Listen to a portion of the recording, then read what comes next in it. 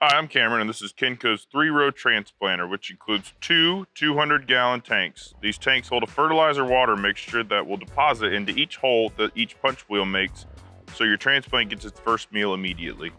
Here we have our 6 tray racks. Now these are bolt-on because it's going in a container to Honduras. There are 6 seats, so there's 2 per row, so that each person has their own tray rack. Now these seats are mounted up here for shipping purposes to make the machine smaller to fit in the container, but normally they'll stick out back here.